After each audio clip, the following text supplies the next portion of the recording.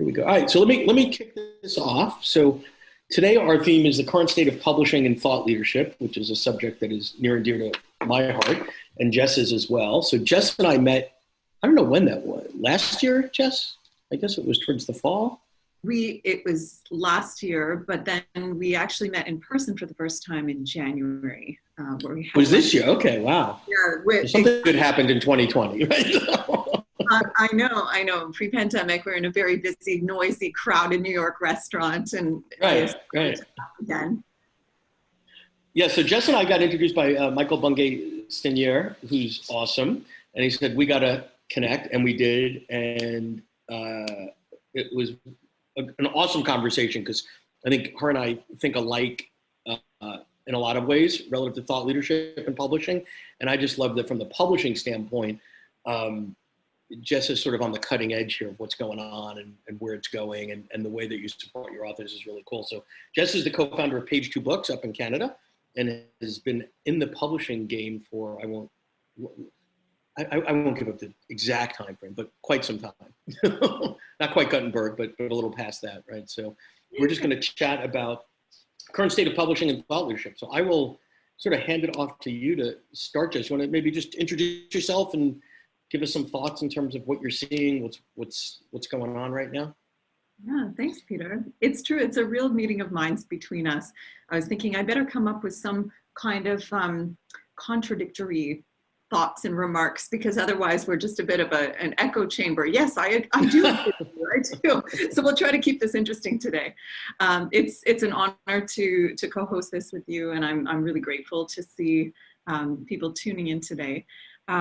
So I've been in publishing for about 25 years now, my whole career. I couldn't do anything else. I love books, and I especially love authors. And I realized in the course of working in-house for several different publishers that what I love to do best is to support authors in publishing to the highest degree of professionalism. So together with my co-founder, Trina White, we founded Page Two, and that is the whole goal of Page Two, is to really support subject matter experts, thought leaders, and people who are interested in publishing books as an expression and an extension of what they do in the world day to day. So that's really what the company is designed for. And that's where we live and breathe and thrive and flourish. And so the connection of thought leadership and the excellent expression of that. And book publishing to us is very straightforward, but we believe that to do it right, there's some really rigorous best practices we can take to do that, and that we should. So now that you sort of challenged me to somewhat find something to disagree with, let's see what we can do with that. So yeah. let me ask you this. So what, you as a publisher, what are you looking for in an author, and what should an author be looking for in their publisher? Because I think sometimes authors think, oh, please, dear publisher, bless me and take me and whatever, but it is a relationship and it is a two-way street. So how would you answer that on both sides of the coin? Well, I feel inspired by that idea of the two-way street, because there is, I think, in traditional publishing, there's this idea that emerged of how great it is that a publisher chooses you. And that's something that Trina and I, that rubbed us the wrong way. There's nothing wrong with a company curating its, an editorial experience and deciding what its list should look like. But we believe when it comes to authors of nonfiction and thought leaders, frankly, I know it might sound a little cheesy, but we really believe you should choose yourself. And so if you have a vision for your work, and if you are really doing your due diligence in making sure that that vision connects with your readership, then that book deserves a place in the world if it's done thoughtfully and professionally. And what I mean by that is, and this ties back to, Peter, your question of what makes for a great author-publisher experience from my point of view. It's about that author really understanding who their readers are to the best of their ability, and who their market base is, and what it is that they're looking for. And I think the best kinds of books really live at the intersection of those two things. This excellent vision on the part of the author, and then the author's deep awareness and understanding of how that vision merges with what their audience needs to hear.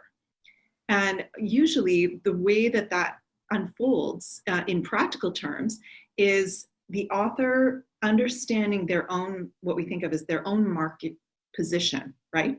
Where do I fit into my community of experts? How do I fit, so therefore, how would my book fit on the shelf next to theirs? And then how does my book kick it up a notch and stand out? So it's those two things, an awareness of where you fit neatly into your category and how you distinguish yourself within that category. And I think I love to chat with authors at any stage of that exploration, but it's a pretty great moment when we realize you can see the light come on and the author really gets what their competitive edge is, and that they're able to express it. That's the key. So let me build on that. And by the way, just to everyone, if you have questions or anything along the way, raise your hand or do the blue hand thing or just wave at us, and this is a small enough group, we can just intersperse Q&A throughout. How do you know, or as an author, that you're picking the right markets directionally? Because on the one hand, what would scare you is when an author comes to you and says, "Oh, this would be great for everyone. Everyone would benefit from this." But if it's too far down the granular level, you're going to go, "Okay, but the market is 7 people." So, what are things that folks could do before a book to figure out, so that they come to you with some level of confidence, is my market is X and Y, and here's how I validated that hypothesis?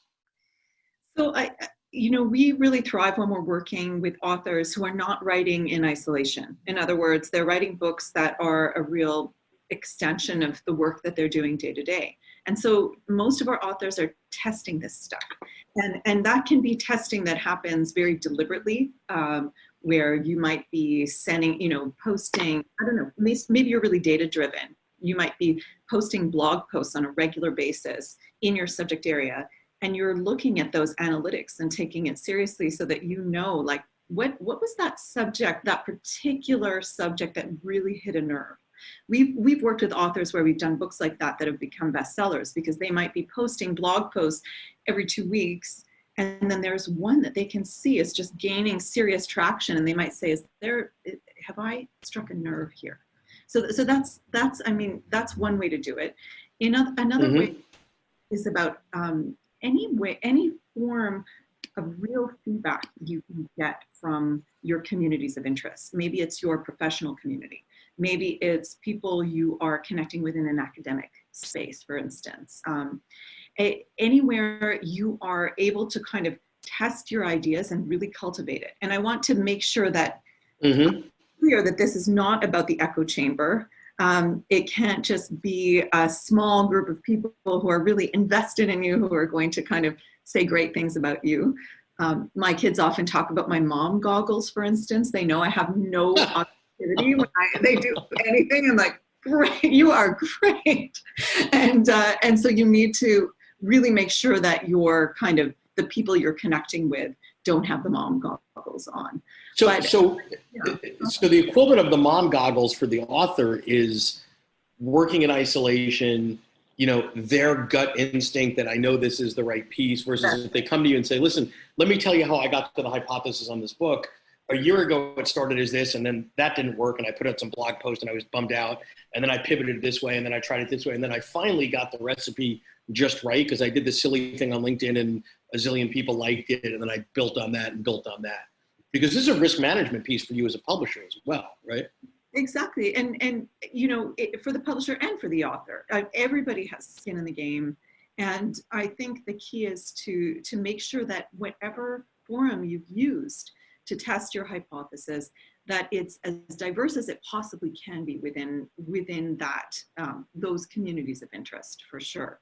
And there's another layer when it comes to the book piece. And this is, Peter, we've often talked about the fact that at Thought Leadership Leverage, you guys are kind of occupying every other space, really. Like, you're building out, working with thought leaders to build out their intellectual property and their expression and how they show up in the world in every other medium as well, whether it's video, various forms of audio, podcasting. then we might we'll do the book piece as one part of that broader whole. And I know that you're familiar with the idea of people who are able to connect the dots between all of those various things that they're doing and all of those media. Each one has its own, you can evaluate how you're doing in each one of those media in different ways. On the book side, one thing that we love to do early in the process is a competitive title analysis. So once you've got your, once you have your idea and you've kind of refined it and you have your own way, you've done your own testing, that's where the publisher can step in. And then they can also say, like, here are the other competitive titles in the landscape. Here's how those books are selling. And fortunately, at this moment, we have excellent data. Any publisher that subscribes to, there's on both sides of the border in Canada and the US, there's a national point of sale book sales track. You can log in and I can have access to any publisher's data to see how those books are actually selling. So your publisher can run that title analysis, say, this is what's on the landscape, here's how it's selling. And we can also peer into, there are also some databases that will show you deal announcements for other books that are coming out. Know, again, how you can kind of really refine your concept and the articulation of that concept so it doesn't bump up too closely against others. So that's where the publisher's book-specific expertise really comes in. We, for example, go to our reps, our sales reps, distributors, we'll take some of these early concepts and we'll run them past the retailers to get their feedback, and that can be invaluable.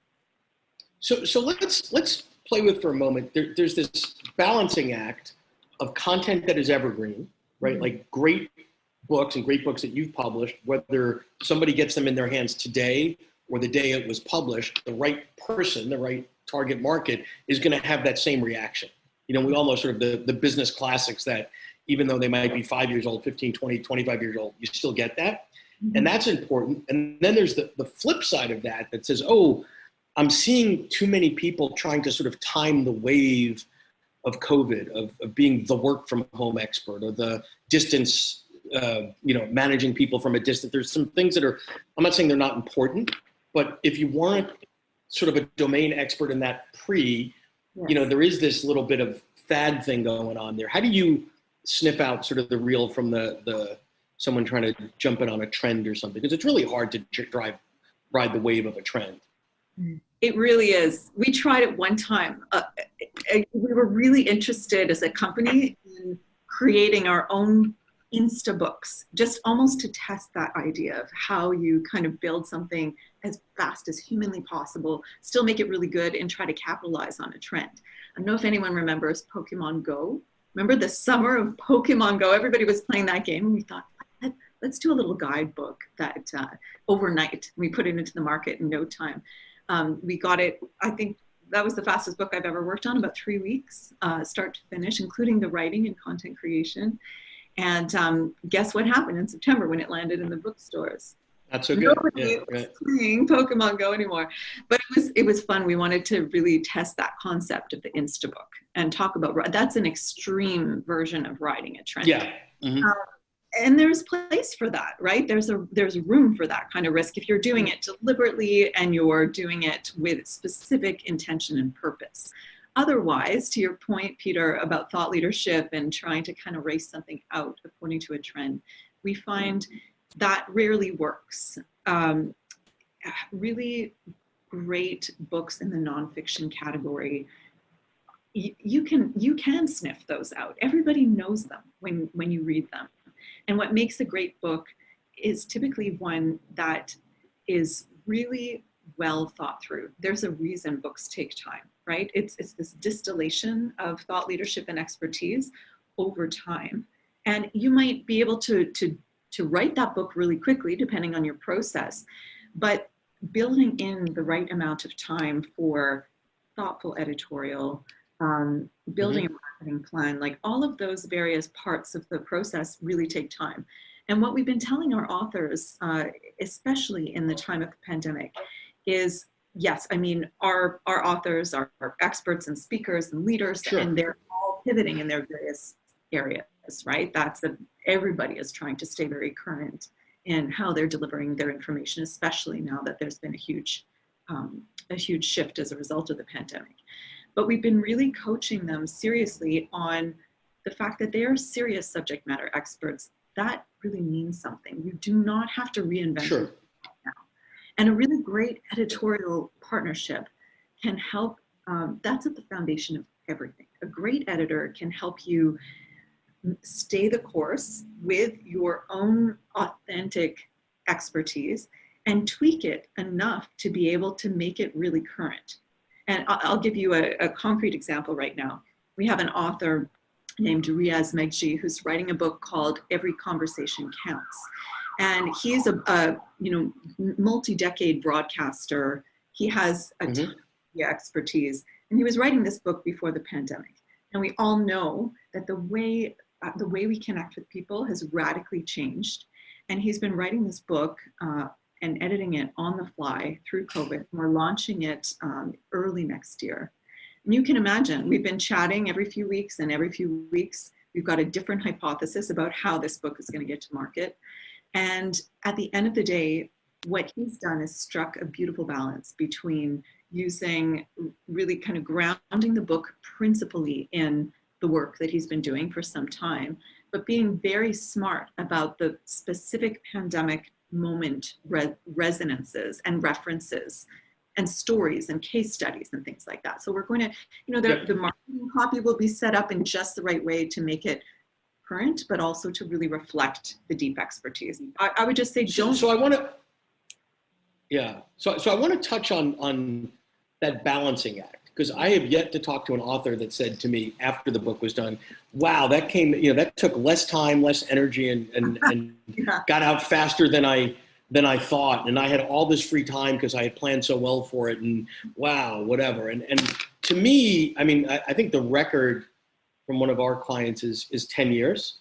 Okay. I'm the type that doesn't remember what he had for lunch, let alone what I was thinking 10 years ago. At some point, how do you balance? Obviously, it has to be quality. It has to be thoughtful. It has to be good, as opposed to sort of just add water kind of thing. But I think oftentimes authors, whether it's fear of getting it out there, but not being realistic about the opportunity cost. And we don't want to ship. I'm not advocating shipping mediocrity. But how do you force someone to get the best they can in a time constraint that makes sense? So that it actually ships, because without shipping, we have a little bit of a problem. So. Yeah, so I'm a bit of a nerd in this way. I really believe in methodology and careful practice. Look, for authorship, there is often a moment where the editor, I hear our editorial director, Amanda, on the regular saying, forget all this, forget your outline, forget the framework, just write. There are some moments where you need to let yourself go. And if you're feeling constrained by your outline and the concept and the marketing, and you're feeling really overwhelmed by all of the other aspects that you've described, Peter, that go into the book publishing process, sometimes just tuning it all out and just writing can really help. But I will say, I find for myself and many other people who are subject matter experts, having a really solid framework that you believe in and that your publishing team believes in, that you can just kind of really build yourself into, can really, it doesn't necessarily speed up the process, but it can make you feel, I think, a lot more supported in that process and just confident. That feeling of being in your flow. Yeah. Work that you do. Well, and the model becomes the bad guy, right? Meaning, wait a minute, it either fits into the framing of the model or it doesn't. So it's not a subjective, et cetera. So let me just pause for a minute. Anybody have any questions for Jess or me, or anyone else? Thoughts, questions? Something you want us to touch on? Yes, James, you had your hands up there. I think your mic's on mute though. Sorry. Okay, so I unmute myself. Yeah, sorry. That's a good title for a book. I unmute myself. Or go mute yourself, right? Could be. I can see the cover. What's that? I can see the cover now. Not unmask, it's far too political, yeah. Unmute. Right. It's just interesting from a mythological point of view, people, you know, striving for relevance and topicality in the current context. But, you know, it just struck me today, actually, that most of the Greek myths, my wife was telling me, talking to me, she says, who was the monster that Oedipus killed? And I'm going, who? Like the Medusa, Medea, just the Sphinx. And it's like a monster ravaging the landscape, you know. So it's just this appalling, enormous event. And Corona is our Sphinx, it's our Medusa, you know, so it's just the thing that just comes in like a snowstorm and just obscures everything, you know. And it's just interesting to see how authors that have been writing something for 7 years, you know, how are they going to just factor in this total new framework? Yeah. Yeah, that's a great point. Great I'm point. really- Anyone else with it? Oh, who we got? We got Todd and then Bob. Yeah, hi, Jesse. Quest, as Peter mentioned, my book just came out 2 months ago. So one of the challenges is when you're not Dan Pink, when you're not Seth Godin, right? And then you have everyone and their mother self-publishing, right? So there's somewhere in between all of those. How do people who are at that, you know, somewhere in between, what do you do from a publisher perspective to help visibility, book sales, basically, because visibility is one thing, but to get people to click that buy button on Amazon or whatever, how do you you know, what kind of strategy do you have? So separate from the writing, it's the getting it out there into the world. So just want to get some of your thoughts on that. Well, I think the two things are just intimately connected. So there's the writing, which involves the articulation of that concept, right? What is it that makes it clear to the reader and to the customer what you're doing that's so different? And it's also the writing itself. And I'm thinking of the things that we think of as positioning elements, right? It's your title, your subtitle, maybe you have a tagline, it's your marketing copy. Now we know, you know, books in the business and leadership category, for instance, and self-help, we're looking at 80% Amazon dominance. 80% of your sales are going to likely come from Amazon. Pre-pandemic, now we're seeing that climb.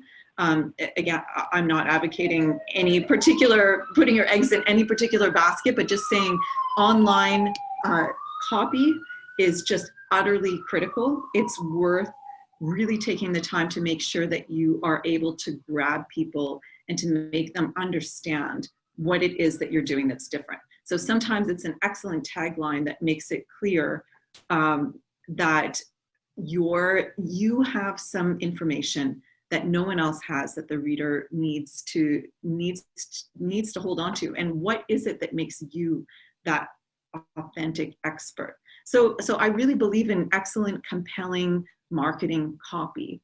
And I also believe that there are, a lot of people think of book publishing as a kind of mysterious process. And I think traditional book publishing is. There's been, you know, where publishers would license rights and would kind of hold all the keys to the kingdom. In other words, they maintain control of the process.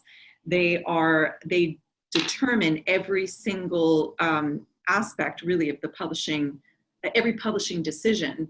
And so there is frankly a lot of smoke and mirrors going on with respect to publishers and authors. And I know this working in-house, not because publishers are you know, the monsters, to borrow James's phrase, but rather like, on the contrary, you know, we're very good people, we mean well, but it's that in a traditional context where publishers are licensing the rights and then you're kind of in charge, you've got to just get this job done. And there's, you may or may not along the way want to kind of invite the author to peer with the hood. So all that to say, there's a lot of stuff that the publisher is just kind of doing along the way that the author may or may not be privy to. As an author, and I say this partly because page 2, we have a different model where we don't license rights and our authors maintain creative control and they make the final decisions in how they're, in every aspect of their book project. And the financial model is similarly flipped, where the authors invest in paying us to produce the work, but then the authors earn a bigger portion of the return. So I just thought that I should clarify when I talk about traditional publishing versus non-traditional publishing, where we sit on the landscape. That's not a bias. I do believe that there are different models that work really well for different people. But no matter who your publisher is, and no matter how you're trying to get the book out there, I do think that there has been traditionally a lot of sort of veiled smoke and mirror stuff about the books that, you know, the publisher just knows kind of the secret sauce to getting the book out there, and the publisher just wants to write their book and hand it over, and there you go. Frankly, it just doesn't work that way, and it hasn't for decades, not truly. And so the very boring answer to your question, Todd, is there's a mix of, I think, there's a mix of strategy and elbow grease that goes into the most successful strategies. Right. Well, what I would say that I've seen that works is, you know, it is a relationship. It is a fairly long and definitely intimate relationship. And I think the relationships that work best, author to publisher, are really early on, being clear around roles, responsibilities, expectations. Because, you know, one day I'll write sort of like the myth debunking of the publishing world, but, you know, the old school thinking that an author says, well, I'm going to, you know, spend a year of my life creating my opus, and then I hand it to the publisher, and then, I don't know, rainbows and, you know, unicorns, stuff happens. That doesn't happen, right? And I think the earlier on those conversations are calibrated, but this is what we can do for you, this is what we can't. This is where we work together, and this is a partnership, and this is where we don't, right? You know, that to me makes things sort of less sticky later on versus finger pointing. Bob, I know you had a question earlier. Actually, I had 3. Oh, okay. There we go. But they're all short answer ones. First question is there room for another book on leadership? Second, what do you think of taking a series of blogs that are leadership and management oriented, revising them and compiling them into a book, quote unquote? And thirdly, what's your opinion of ebooks? So why don't I answer and then you answer, Jess, because we got to disagree on something. Yeah. Okay. So maybe or not, I mean, whatever. So I would say there is, if it's damn good. So, you know, on the one hand, there is no need for another book on leadership. There is plenty of room for a good book on leadership for a specific audience that is different from. That would be my first piece. The second piece, and I've seen the model before, there are versions of that model. I call it sort of forensic writing. Hey, I've written 100 blogs and I can hire an editor and stitch it together. As long as it doesn't look like a 73 Pinto with a blue hood and a green door and a bumper hailing. I had one of those. It was a wagon. A Woody wagon. Yeah. The Woody wagon, yeah. No, but as long as it doesn't look like that, I think a lot of times people are looking for easy shortcuts and there aren't any. So there are ways to do that well. And I've seen those done really, really well. And I've seen those done like horrible, awful, like, wait a minute, I just turned the page and did 30 pages fall out and there's no flow and there's no, you know, whatever. And then your last question was on ebooks. I mean, what do you think of ebooks? It's probably 95% of what I read, just for the convenience. And other than Todd, yours is one of the few books I actually bought physical because of the visual nature of it in the last year or so. But I just think it actually doesn't even matter what I think. If you look at the data and the trends, ebooks are pretty hot. I mean, people, we all remember the days, or at least I do, of being a dork carrying around 4 books in my briefcase when I actually left the house. And it's nice to have one little skinny Kindle that's got, 1,000 of them. Sure. Didn't Todd just publish a book? Yes, he did. That's why there's 20 of them coincidentally strategically Can I placed ask what the behind title him. of it was? Sure. Well, if you insist, he might hold it up. If you force me against my will, I will tell you. I'll hold it up. Visual leadership, leveraging the power of visual thinking in leadership and in life. So it's all about using metaphor, analogy, and storytelling in a leadership context. But thank you for asking. That's a beautiful title-subtitle combo. I really can immediately see the market differentiator there. Thank Todd. you, Jesse. Seriously, that's excellent. And I Thank like you. the cover, nice color. I appreciate that. Thank you. Yeah, it was published by Post Hill Press, which is a small publisher, but it's distributed by Simon and Schuster. So I'm kind of a tiny fish in the Simon and Schuster pond, so I'm getting very little support there. And Post Hill doesn't have a lot of power and leverage, so I'm not getting a tremendous amount of support there. So that's why I asked that question before. I'm kind of caught between. It's amazing that I have both of them, you know, just as their stamp of approval, but I'm pretty much on my own in terms of getting the word out there with just minimal support from each of them.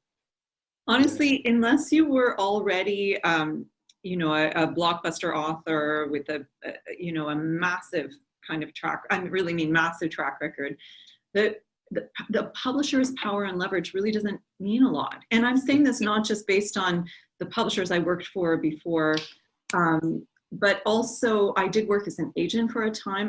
I've been on the inside of those scenarios with virtually every major publishing house and seen the difference between the author's expectation of what the publisher can do on the marketing side and the reality. And again, that's not to be disparaging. That's more about the reality of the commercial landscape right now. The truth is most of your books are going to sell online. That means most of your books are selling based on people knowing you, knowing to go to your title page, and people therefore, and then an algorithm building on that, right? So that, that you don't know, you will be, will see the book, it will have increased visibility. But it is that kind of the driving of traffic there. So I wouldn't say, Todd, that you're necessarily at a disadvantage because you're not on the Simon & Schuster primary list versus, you know, the list that you're on. I would say you're probably in a much more similar position to other authors than you think. It is just that it's that strategy and elbow grease and constantly getting the word out there to your networks and beyond. Yeah, Well, I had this going back to, oops, I'm sorry, go ahead, Todd. I was going to say, I had this fantasy of standing at the Barnes & Noble on the Upper East Side on 86th Street next to the business book saying, oh, have you read this one? But by the time this pandemic's over, there may not be any more Barnes & Nobles left. So that image of that happening are diminishing by the day. Or it might be easier to get shelf space there. Yeah, that's well, so Jess, did you have any different answers to Bob's questions? I just would like to amplify a few things that you said. Sadly, I cannot argue with you, Peter, because I do agree with you on all of those points. I'd say for anyone wondering about where they fit in, where their book might fit into their category, anytime anyone asks me, and it happens maybe easily weekly, is there room in this category for this book? I'll say yes and no. There's going to be a ton of competition no matter what kind of book you're writing. That doesn't mean you shouldn't write it and that you shouldn't publish it. In fact, the key is to just be hyper aware of that competition, hyper aware of the big players in that space, and what are those positioning elements that really make you stand out. Look at Todd's book, Visual Leadership. It's right away that provokes curiosity. It's clearly a very specific.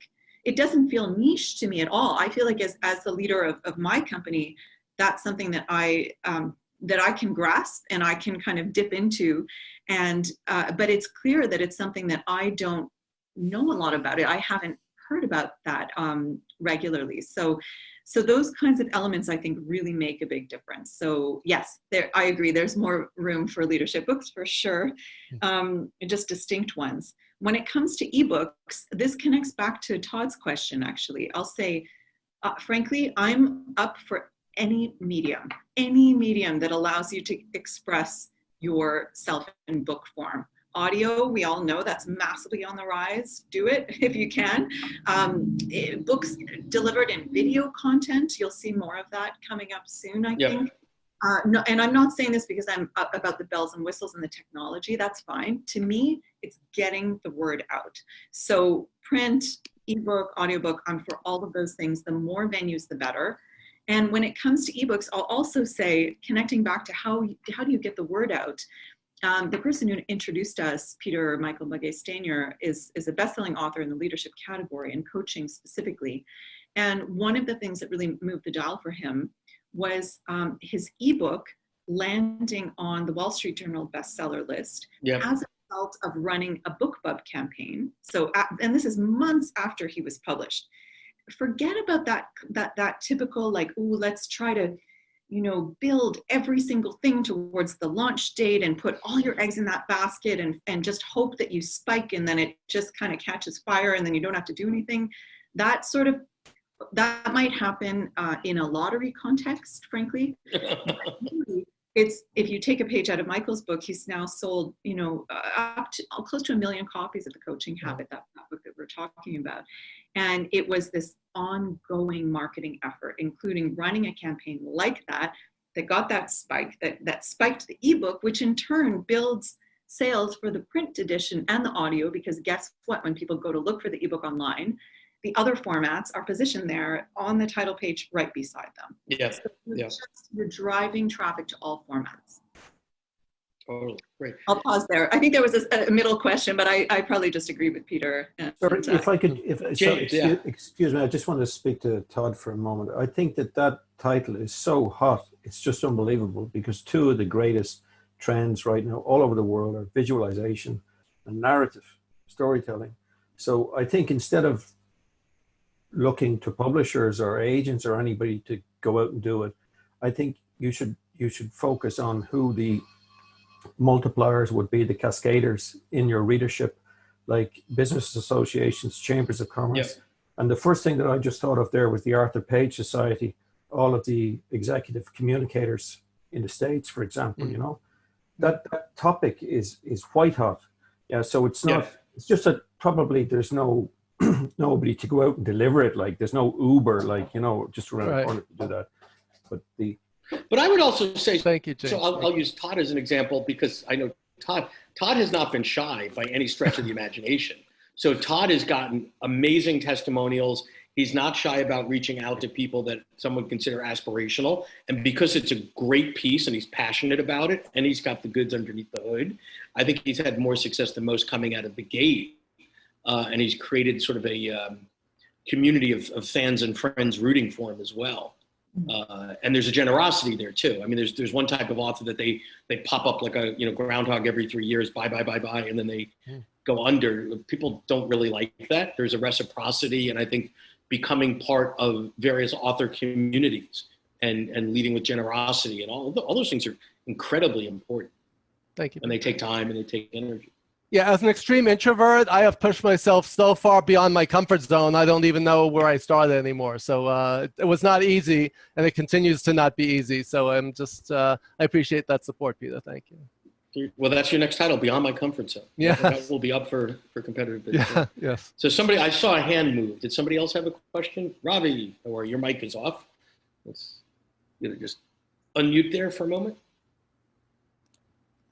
Hey, Ravi, let's see. There we go. How are you? Oh, this was can you hear me? Yes. Okay. Well, this was an outstanding discussion, much better than I thought. And I want to share some thoughts. I also write on leadership, and this is my last book. And it has made me into some sort of international speaker and coach. And I had written a book which is an update on this, and I finished it by March this year. And I obviously held on to it because there was no word of COVID in it, and it's a book about reinventing democracy and the new leadership we need. Now, I wanted to ask you, in fiction, I know one sends the synopsis or the manuscript or parts of it to 3 or 4 publishers and auctions it. Is that also a practice followed in nonfiction? Or what do you advise in that case? In nonfiction, if you're seeking a publisher or an agent in kind of a traditional capacity, by traditional, I'll just say, the way I think we've come to think about book publishing, where you pitch yourself to a publisher or an agent, and then they will decide whether they want to take you on for representation or for publication. And in nonfiction, the way it usually works is you will put together a proposal that includes many different elements that really express the value of the book, its differentiating factors, and also yourself as an expert, what qualifies you and gives you the authority to write the book. and what is your market reach as an author? And you would typically put that together in a proposal and then add in your outline, a very detailed outline, chapter by chapter, as well as usually a couple of sample chapters. And then if the publisher's interested or the agent's interested, they'll request more. And there are some really great resources online that can tell you how to write a great nonfiction book proposal. It's a fairly standard process. And it's a lot of work, but I'll tell you, it won't be for naught, because it really helps to crystallize your whole, it's like a little business plan for the book, right? It really makes all of those things crystallize the why of the book and the how. So I've been through 2 editions of this book, so I know the work involved in it, but I thought I'll update myself with what the current process is on. I mean, that's what I went through earlier, so it's pretty much the same. Yes, I think that part of the industry is still just what you would have experienced last time. And yeah, I like that idea of from mirage to reality. That's, you know how to make things concrete. That's great. Well, that's very nice of you to note it. In fact, that was the unique part of the book which got it going. I can see, that's very clear. And I have a similarly interesting, catchy, compelling title for the next book already in place. Excellent. And it's most relevant in the post-COVID world. That's but you know, as an author, one always feels, perhaps rightly or wrongly, hey, this book needs to be published within 3 months or 4 months. right. Well, that's but it's relevant now. Ebooks are a good thing, right? It might be take a bit longer to get the print version produced, but that's a compelling argument for publishing books in other media. Normally, it doesn't take less than a year with good luck. Yeah. One priority. That's what my experience is so far. Exactly. Thank you. Thank you very much. So let me ask you this, Jess. So, you know, given that more people have had more time on their hands earlier this year, I think that's changing a little bit. Have you seen an uptick in people coming out with books and all that? Because I've seen a lot. I want to see if you see a similar thing of people, you know, if I were to ask a lot of my clients a year ago, what's in their mind? Oh, there's 3 books that I want to write. And the next question would always be, what's preventing that? Oh, I'm so busy. Well, if you take away the oh so busy part, it's usually not the shortage of ideas. So has that impacted your business and what you're seeing, Jess? It really has, in some magnificent ways. I mean, we heard from people. I heard from someone who had originally reached out in 2014, who then went quiet and came back because as a speaker, he did have some time on his hands and was ready to do the book. So we've had those quite a few of those experiences. And I have to say my hat goes off to those people, especially because it's one thing to have time. It's another thing to have the presence of mind in the midst of a pandemic to do that kind of work.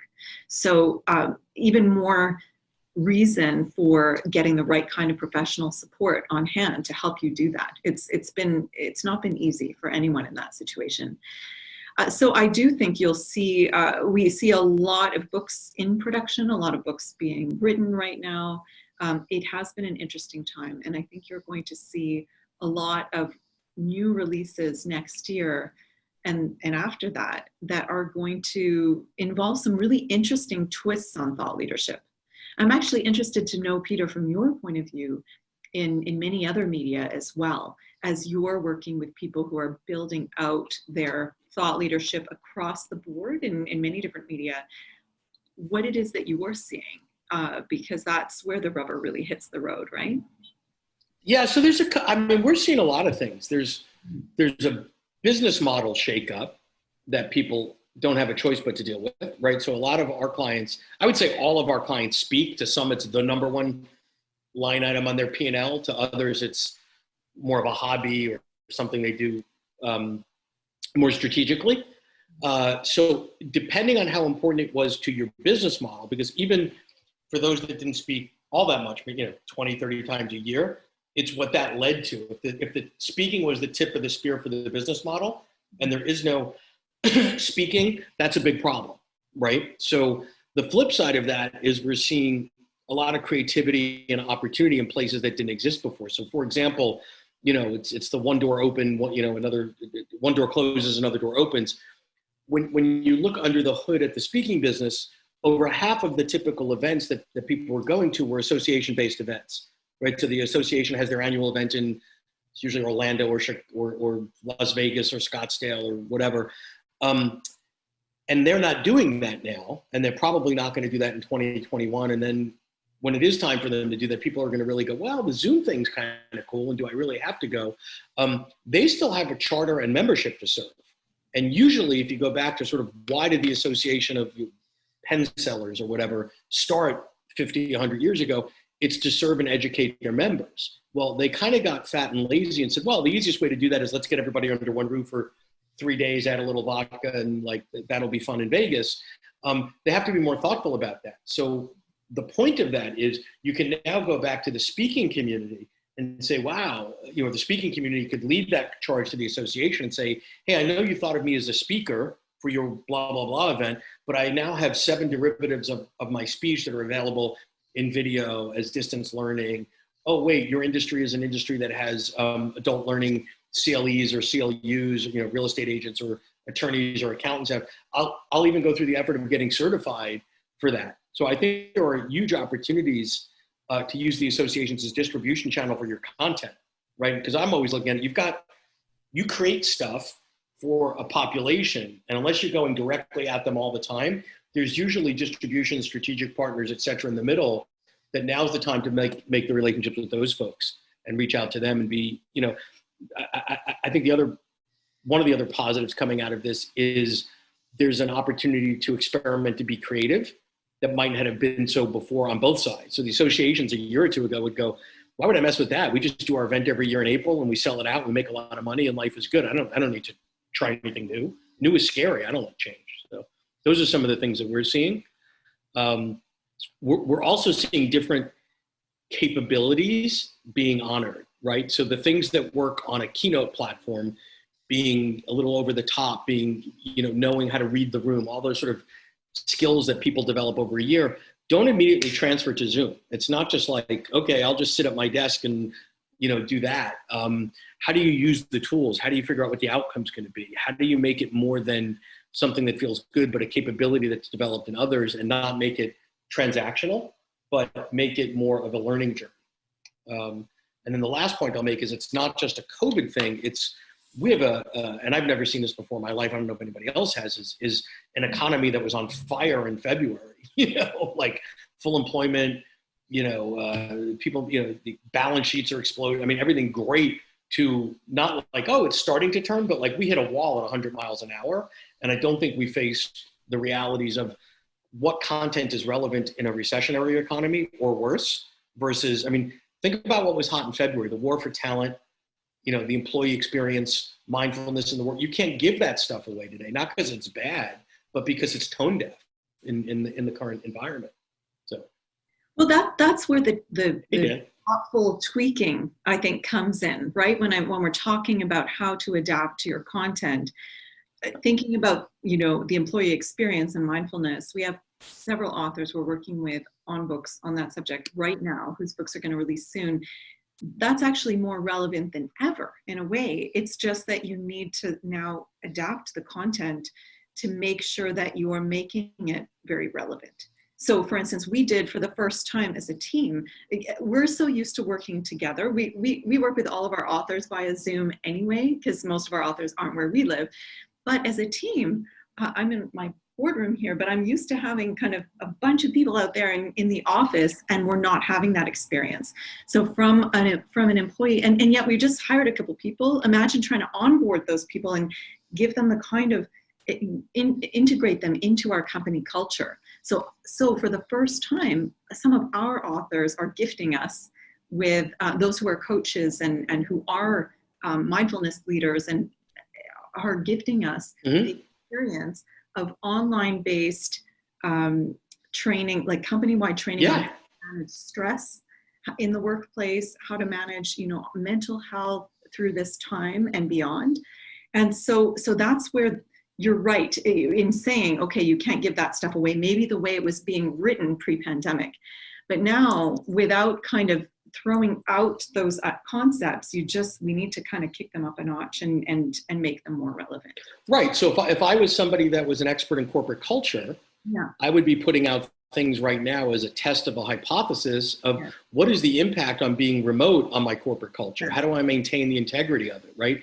Onboarding, like you said, you've probably never in your entire career onboarded, screened someone, hired them and brought them on board that you never, broke bread with, or at least had them in your office a couple times, right? But guess what? What is abnormal today is probably going to be the standard, right? For at least some period of time for many of us. So, how do you onboard remotely? How do you create a sense of community when we're not all, we can't go do the Thursday pizza thing or whatever. So there are new things that that lend themselves to new problems to be solved with, content that we had. Yeah.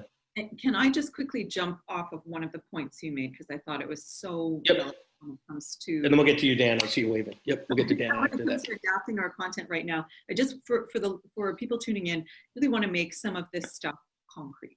And I love what Peter was saying about the idea of the associations, for instance, how speakers can be marketing your content to the associations in new and different ways right now, as a matter of necessity, but also opportunity.